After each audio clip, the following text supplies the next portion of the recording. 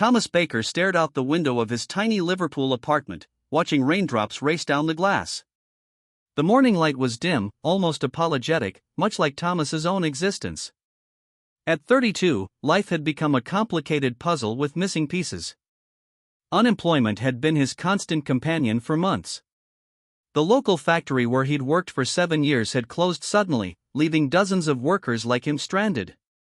His small savings were disappearing faster than he could count, and the rent was due in just 3 days. The apartment was modest, a single room with a worn sofa, a small kitchen area, and a bed that had seen better days. Photographs hung on the wall, mostly of his mother, who had passed away 2 years earlier. Her gentle smile seemed to watch over him, a silent reminder of happier times. Thomas ran his fingers through his messy brown hair and sighed. The weight of uncertainty pressed down on his shoulders like an invisible burden. He knew he needed to do something, anything, to change his situation. His morning routine was always the same. A cup of cheap instant coffee, a quick scan of job websites on his old laptop, and a stack of rejected job applications that grew larger each week. But today felt different. Something in the air suggested change was coming. He remembered his mother's words, "Thomas, life doesn't happen to you. You make life happen." Those words had been her gift to him, a piece of wisdom that echoed in his mind during the darkest moments. The clock on the wall ticked steadily, a constant reminder of passing time. Thomas knew he couldn't afford to waste another day. He dressed carefully in his only decent shirt, a blue button-down that was slightly frayed at the collar but still presentable. Outside, Liverpool was waking up. The streets were filling with people rushing to work, their footsteps creating a rhythmic sound against the wet pavement. Thomas watched them from his window, wondering how they managed to look so confident, so sure of their place in the world. He pulled out a small notebook where he had been tracking his job applications. 53 applications sent, 0 responses. The numbers were discouraging, but Thomas refused to give up. He knew something would break soon, it had to. His phone buzzed, a message from his best friend, Michael. "Mate, heard about a job fair downtown. Want to go together?" Thomas hesitated. How many job fairs had he attended with nothing to show? But something inside him said today might be different. "Yes," he typed back. "I'll meet you there." The decision felt like a small victory. For the first time in months, Thomas felt a spark of hope. It wasn't a blazing fire, just a tiny flame, but it was enough to warm his cold uncertainty. He packed his folder with carefully prepared resumes, each one crafted with hope and desperation. His hands were steady, his resolve firm. Today would be different. Today, he would take control of his story. As he prepared to leave, Thomas looked at his mother's photograph. Her eyes seemed to sparkle with an understanding that transcended words. She had always believed in him, even when he struggled to believe in himself. The streets of Liverpool greeted him, grey, wet, but somehow full of possibility. People rushed past, umbrellas protecting them from the light drizzle. Thomas walked with purpose, his steps measured and determined. He didn't know what the day would bring. Another rejection? A potential opportunity? The uncertainty was both terrifying and exciting. But he was done being a passive observer in his own life. Something was going to change. Today was the day Thomas Baker would start writing a new chapter. The job fair awaited, and with it, the potential for transformation. The E&D, the community center, bustled with activity, a maze of hope and desperation. Thomas Baker walked through the crowded hall, his stack of resumes growing more crumpled with each step. Job seekers of all ages moved around him, some young and eager, others worn down by repeated disappointments. Margaret Wilson sat near the entrance, her silver hair neatly pinned back, watching the scene with kind eyes. She had volunteered at the center for years, understanding the silent struggle of those seeking work. Something about Thomas caught her attention, the way he carried himself, a mixture of determination and exhaustion. As Thomas approached another job booth, his shoulders slumped slightly with each rejection. His blue shirt, carefully ironed that morning, now looked tired and wrinkled. The memories of 53 unanswered job applications weighed heavily in his mind. Margaret watched him carefully.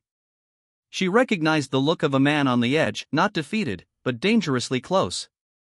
With slow, deliberate movements, she stood and approached Thomas. "You look like you could use a moment of kindness," she said softly, her voice warm and gentle. Thomas turned, surprised by her sudden appearance. Margaret held out a flyer, a job training program for people looking to restart their careers. Her weathered hands trembled slightly, but her eyes were bright and intentional. "Sometimes," she explained, "opportunity comes when you least expect it." The flyer detailed a 6-week program sponsored by the local council. It promised skills training, computer classes, and potential job placement assistance. Thomas's fingers traced the edges of the paper, hardly believing his luck. "I'm Margaret," she introduced herself. "And I've seen hundreds of people just like you walk through these doors." Thomas learned Margaret was a retired school administrator who now dedicated her time to helping unemployed workers. She saw potential where others saw only struggle. Her kindness was deliberate, her support unconditional. They sat together, discussing the program. Margaret shared stories of people who had transformed their lives through similar opportunities. Each story was a beacon of hope, each narrative a testament to human resilience. "The world changes," Margaret said, "but hope remains constant." The job fair continued around them, a symphony of conversations and possibilities. Thomas felt something shift inside him, a spark of possibility he hadn't experienced in months. The training program wasn't just about finding a job. It was about rebuilding confidence, learning new skills, and rediscovering personal worth. Margaret understood this better than anyone. As they talked, Thomas shared brief details about losing his factory job, his struggles to support himself, and his fears about the future. Margaret listened without judgment, her eyes reflecting understanding and compassion. "Life has seasons," she explained. "Summer, winter, cold and challenging. But spring always follows." The flyer felt significant in Thomas's hands. It represented more than just a piece of paper, it was a potential lifeline, a bridge between his current struggle and future possibility. Margaret wrote her contact information on the back of the flyer. "If you need support," she said, "call me. Not everyone gets a second chance. Don't waste yours." Her words were simple but powerful. They cut through Thomas's uncertainty, offering a clear path forward. As the job fair began winding down, Thomas realized how much had changed in just a few hours. What started as another day of potential disappointment had transformed into an unexpected opportunity. The community center's lights began to dim.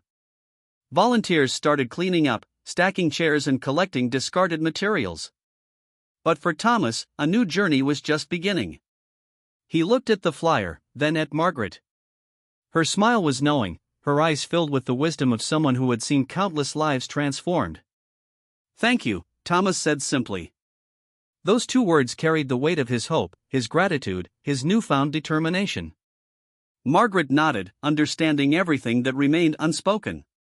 Outside, Liverpool's evening light painted the streets in soft, hopeful colors. Thomas stepped into the world, the job training program flyer carefully tucked into his folder, a map to his potential future. The the Job Training Center was nothing like Thomas had imagined. Bright fluorescent lights illuminated rows of computers, and the energy felt different from anything he had experienced before. Robert Williams, the program instructor, stood at the front of the room with a clipboard and a welcoming smile. "Technology isn't just about computers," Robert would say during their first week. "It's about connecting opportunities." Thomas struggled initially. Computers had always seemed like mysterious machines to him. His factory work had been physical, straightforward. Here, navigating spreadsheets and learning basic coding felt like learning a foreign language. Some participants were younger, more tech-savvy. They moved through programs with ease, their fingers dancing across keyboards. Thomas felt out of place, like an old machine trying to learn new functions. But Robert saw something special in Thomas. During breaks, he would offer extra guidance, explaining complex ideas in simple terms. "Everyone learns differently," he'd remind Thomas. "Your past experiences are your strength, not your limitation." Slowly, Thomas began to understand. Spreadsheets became less intimidating. email systems started making sense. Each small victory boosted his confidence. The stack of rejected job applications seemed like a distant memory. The program was challenging. Some days, Thomas would return to his small apartment exhausted, his brain feeling like it had run a marathon. But he was learning, growing, transforming.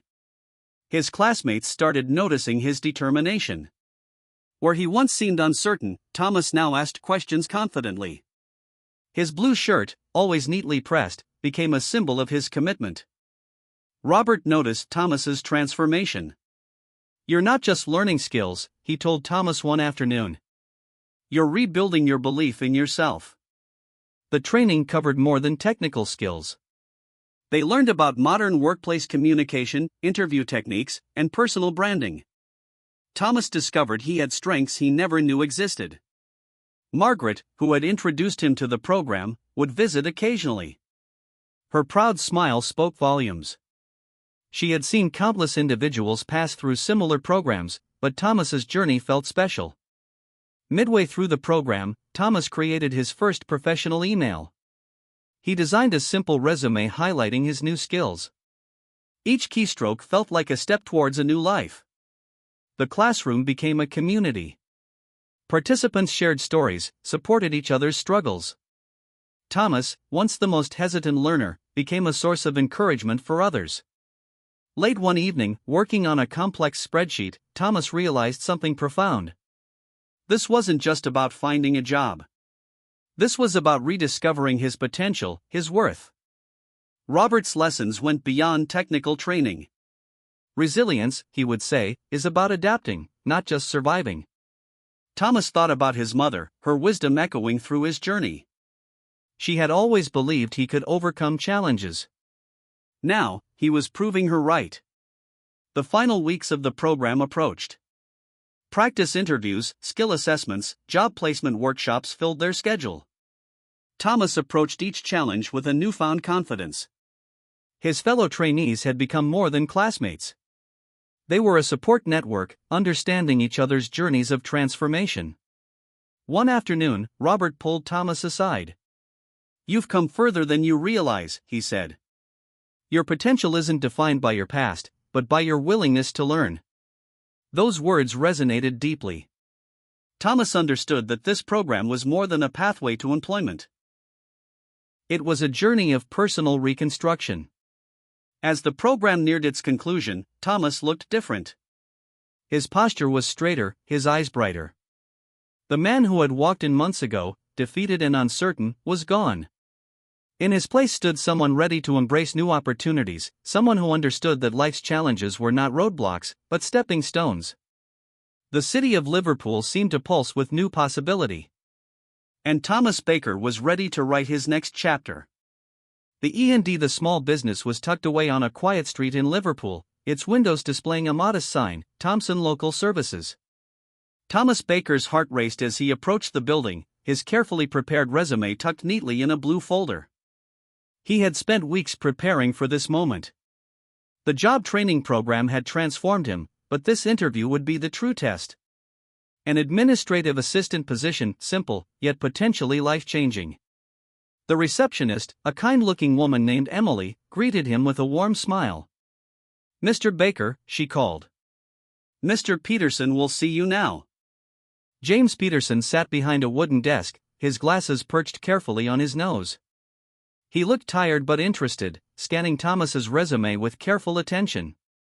Thomas sat perfectly straight, remembering Robert's interview techniques from the training program. "Tell me about yourself," Peterson requested. Thomas took a deep breath.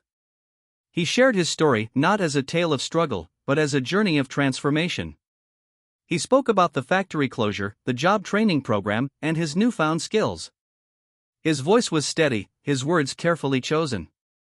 Peterson listened intently. He saw something different in Thomas, not just a potential employee, but a person who had rebuilt himself from scratch. The interview felt like a dance of words and experiences.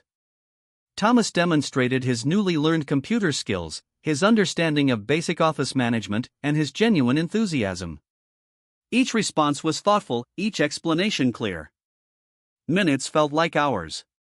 Thomas controlled his breathing, remembering Robert's advice: confidence is silent, insecurities are loud. When Peterson asked about handling multiple tasks, Thomas shared a specific example from his training.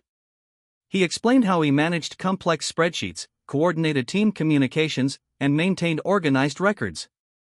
The office was quiet, filled with the subtle tension of a potentially life-changing moment. Thomas's blue shirt, carefully ironed that morning, remained crisp. His shoes were polished, his presentation professional. Peterson asked technical questions. Thomas answered smoothly, demonstrating the skills he had learned. His fingers, once uncertain on a keyboard, now moved with practiced confidence.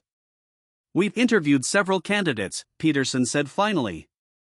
"But something about you feels different." Thomas waited, his heart thundering beneath his carefully maintained exterior. "The job is yours," Peterson announced. The words seemed to hang in the air. Thomas felt a wave of emotions: relief, excitement, disbelief.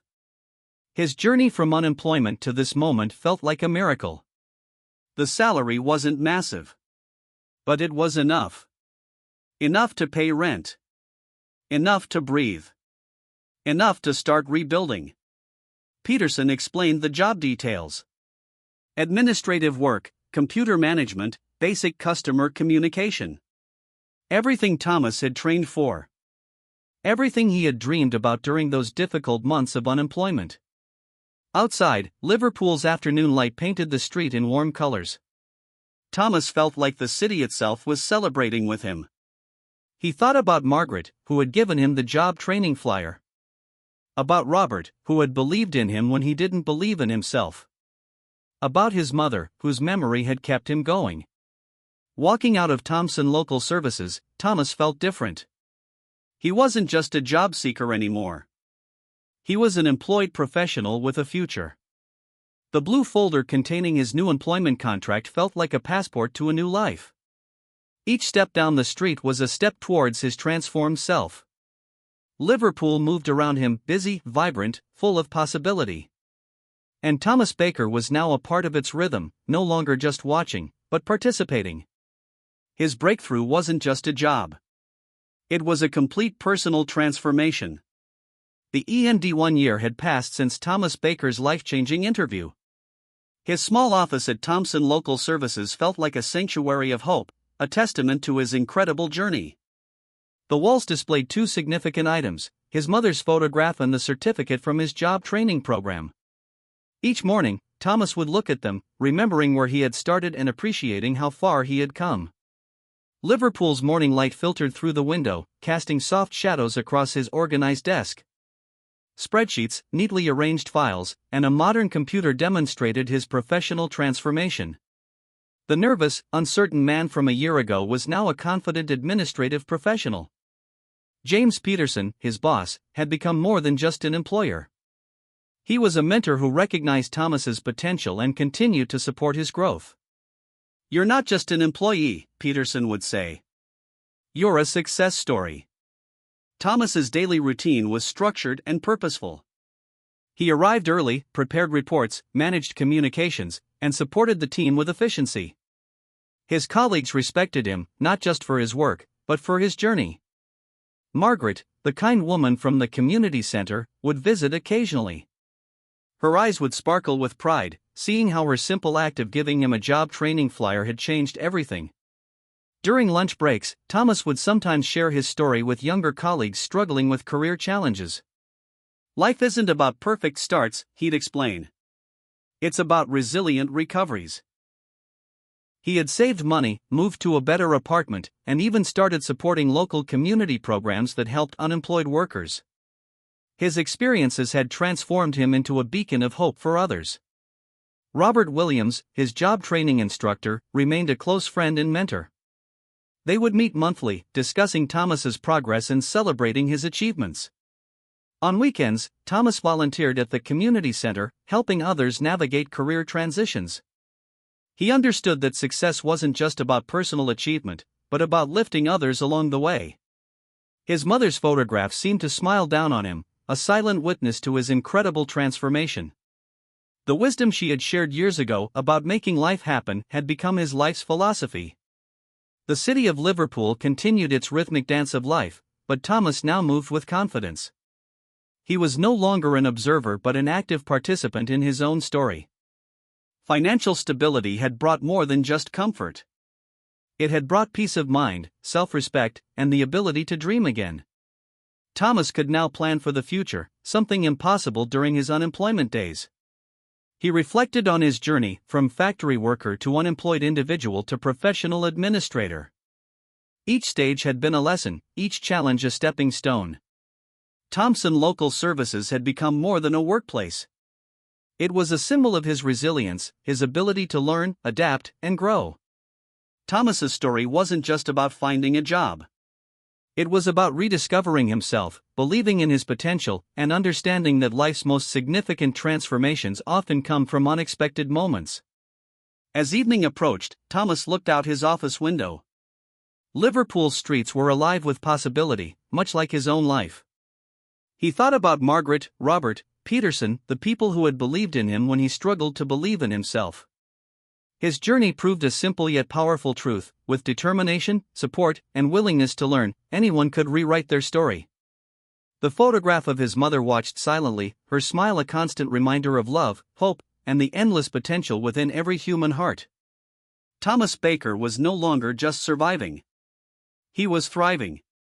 As he packed his bag, prepared to head home, he smiled. This wasn't an end. This was a new beginning. The end.